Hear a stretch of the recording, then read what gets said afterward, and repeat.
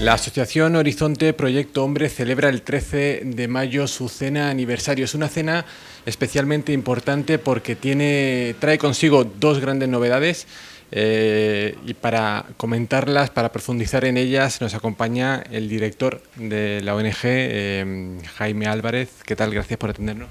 Muy buenos días, muchas gracias a ustedes. Jaime comentaba que es una cena, es un acto importante desde el punto de vista de la recaudación de Horizonte Proyecto Hombre. Decía que venía con dos grandes novedades, en realidad viene con tres. La más importante a mi juicio es que volvéis a retomar el evento de forma presencial después de 2 años de parón obligados por el COVID, ¿no?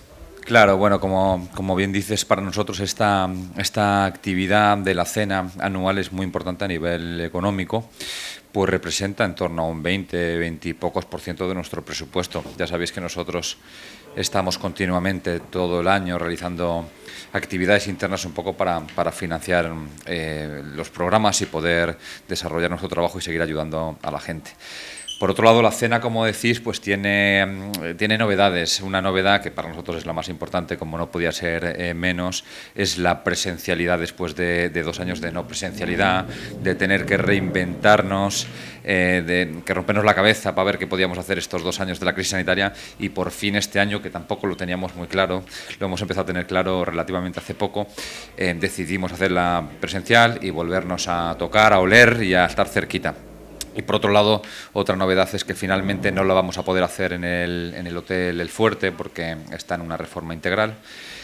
Se va a hacer en la finca Malur Alabardero, que es un sitio también maravilloso, acorde con el acto de esta cena tan maravillosa.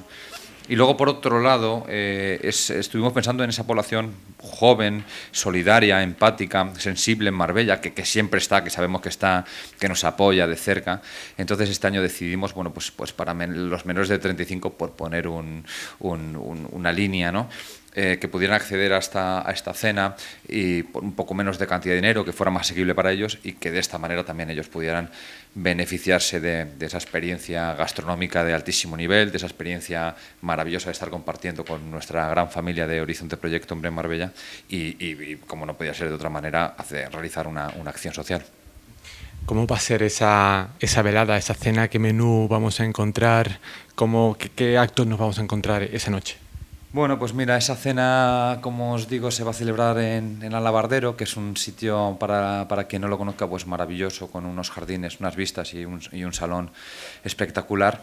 Y bueno, pues esa cena va a empezar a las 8:30 de la tarde, el día 13 de mayo, que es el viernes de la próxima semana, con un cóctel. Vamos a recibir a la gente con un cóctel. Queremos que sea distendido y al final nos conocemos todos, ¿no? El que está más cerca o más lejos nos conocemos. Luego la presidenta dirá unas palabras de bienvenida y luego a las 9:00 se entregarán unos premios, unos reconocimientos que se suelen realizar todos los años, para las 9:30 ya pasar a los salones y empezar a cenar. La cena será distendida. Y después de la cena, bueno, pues habrá una invitación a un cóctel y un poco de baile y una DJ. Bueno, pues una cena yo creo que va a ser divertida y maravillosa. La cena aniversario de Horizonte Proyecto Hombre es el acto benéfico más longevo que tenemos en Marbella. Cumple este año 40 años de cena y me contabas además antes de empezar la entrevista que este año Proyecto Horizonte Hombre cumple 40 años, ¿no? Es un año especial, es un año especialmente marcado en el calendario de la ONG.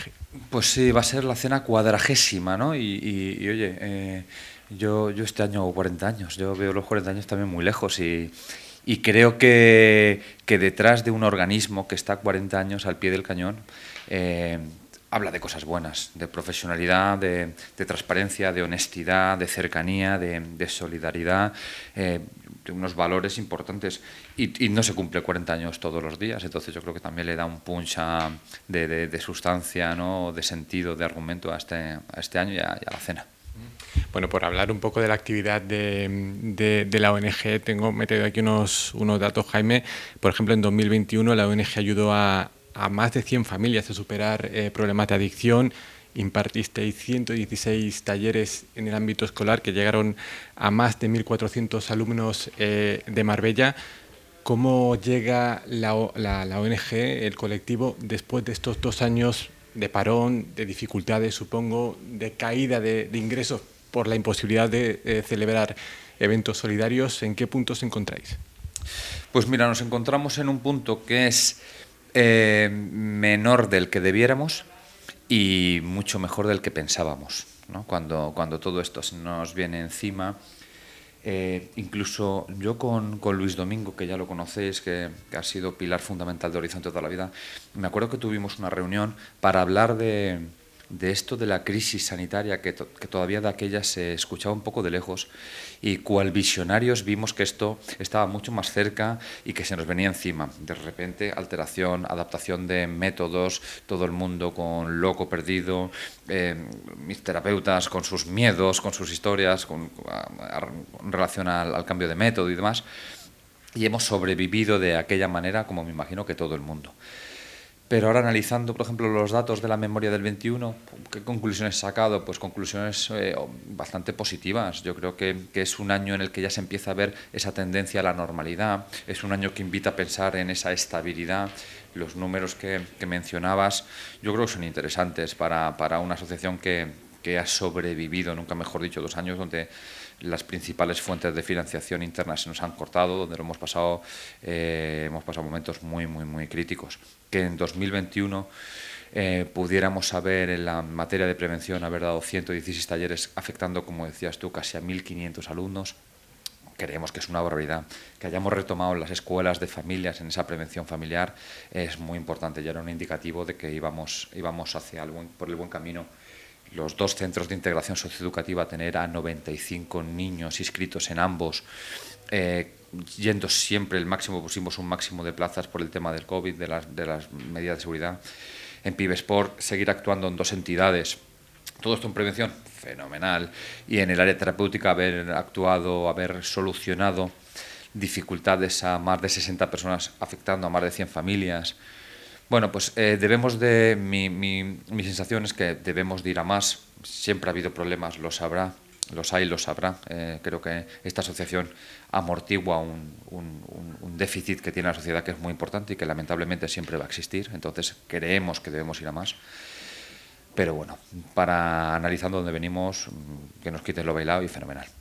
¿Cuáles son las principales adicciones más importantes, las 2, 3 más importantes que se han generado durante estos 2 años de encierro, de dificultades, de pandemia, de incertidumbre? Pues mira, siempre ha habido, cuando hablamos de adicciones con sustancias, siempre ha habido adicciones que la incidencia se mantiene, que lamentablemente en un histórico se mantiene, como puede ser el alcohol, como puede ser el cannabis o como puede ser la cocaína. Hay ligeros aumentos o ligeros descensos de consumo, pero bueno, un histórico es más o menos estable. Y luego sí es verdad que todo esto se ha incrementado, ¿no? Unos efectos de la pandemia es que toda aquella persona que ha tenido una adicción o que ha coqueteado con alguna sustancia o con una adicción sin sustancia ha aumentado. Y luego, por otro lado, pues todo lo que tiene que ver con la plataforma digital, ¿no? Con los juegos online, con las apuestas online, con el acceso a Internet, con las redes sociales. Bueno, pues ha habido mucho tiempo de estar en casa encerrado, en un encerramiento que no era cómodo, un encierro que no era cómodo, un encierro lleno de miedo, de incertidumbre, de agobio. Ponías las noticias, todo era, te salpicaba todo mala vibra. Y mucha gente lo ha canalizado o ha escapado, como decimos, a través de redes sociales, de compra online, tal.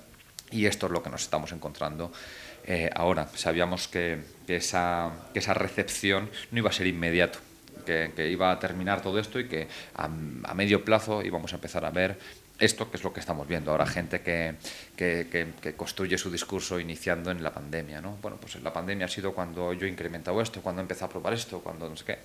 Entonces, esto es lo que ha ocurrido y lo que tenemos a día de hoy. Jaime, en el ámbito familiar, ¿cómo podemos nosotros saber cuándo comenzamos a ser adictivos a algo? ¿Cuándo tenemos una adicción a algo? ¿Y qué podemos hacer para darnos cuenta y para prevenirlo, para atajarlo antes de que sea demasiado tarde?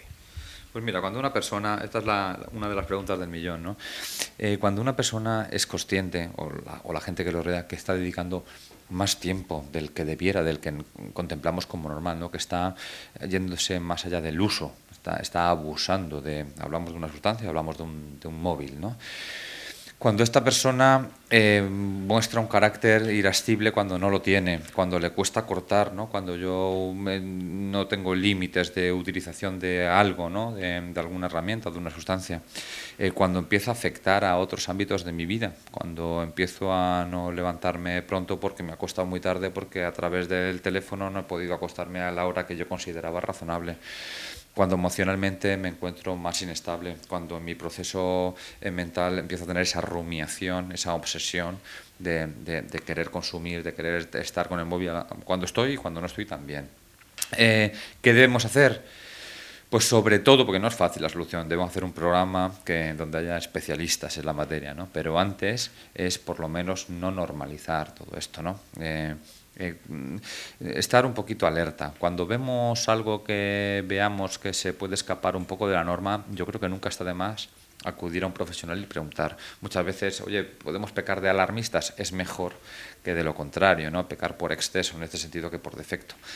Las familias siempre le han dado mucha importancia, también por algo cultural o algo más bien histórico, a cuando mi hijo ha consumido alcohol o cuando se le ha pillado fondos un porro, pero sin embargo bajan la exigencia o bajan esa alerta cuando hablamos de videojuegos, ¿no? Y siempre digo que si analizáramos un cerebro de una persona consumiendo videojuegos o un cerebro de una persona consumiendo cannabis o cocaína o alcohol, por ejemplo, veríamos que hay muchos más parecidos de lo que la gente se piensa, ¿no? Todo el área del placer, cómo se activa, todo esto. Entonces, creo que debemos de empezar a plantearnos que esto no es menos grave, que es una ola o una pandemia que se nos viene y que tenemos que afrontar y ser conscientes de que puede generar unas consecuencias a nivel integral muy importantes. Jaime, pues muchas gracias por atendernos. Nos vemos ese 13 de mayo, el viernes de esta semana, no el siguiente, en Finca Malur, para recaudar todo lo posible para la labor que prestáis a la sociedad. Eso espero y muchísimas gracias a ustedes.